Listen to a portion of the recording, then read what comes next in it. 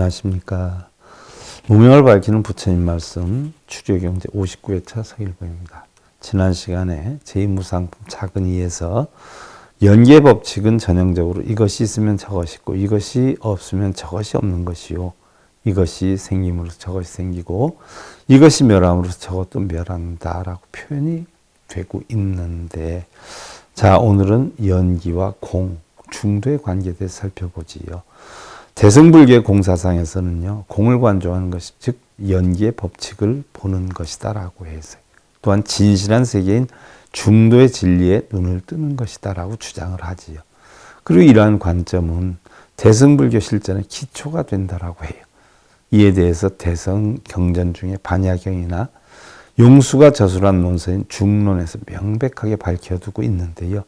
중론 제24장 관사제품에 보면 법이나 존재 또는 현상은 인과 연에 의해서 생겨난다는 인연 소생법의 개송이 있어요. 그 개송을 보면 제법 유정성 증무인과 등재사 역예설이라 모든 법이 고정된 성품이라면 즉 원인과 결과 등의 모든 일이 없으리니 이러한 개송을 설한다라고 설해놨어요.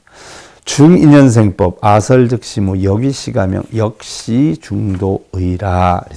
여러 인연으로 생기는 것이 법이다.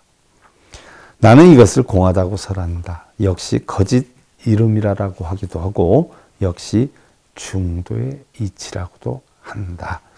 미증유일법 부종인연생 시고일체법 무불시공자라. 아직 확실치 않은 하나의 법도 인연에 따라 생겨나지 않은 것은 없다. 그러므로 일체법은 공하지 않은 것이 없다.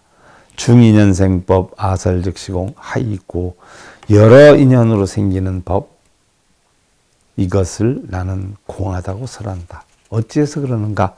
중연구조 화합이물생 시물속 중 인연 고무자성 무자성 고공이라. 여러 인연이 갖추어져 화합을 하면 비로소 사물이 생겨나고 사물은 여러 인연의 귀속이 되므로 고정된 성품에 자성이 없다. 자성이 없으므로 공한 것이다. 우리는 다 누구나 자성이 있다라고 하지만 자성이 없다는 것으로 이야기를 하죠. 공역 부공 단위 인도 중생고 이가명설 이용 무이변고 명위 중도라. 공도 역시 공이지만 다만 중생을 인도하기 위한 것이므로 거짓 이름을 설한 것이, 공이라고 하는 것도 거짓이란 얘기예요.